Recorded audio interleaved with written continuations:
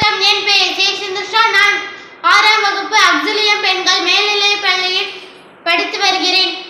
பொருட்பால் அதிகாரம் 40 கல்வி. கற்க கசடர கற்பவை கற்ற பின் நிற்க அதற்கு தக என் என்ப ஏனி எழுத்தென்ப இவ்விரண்டும்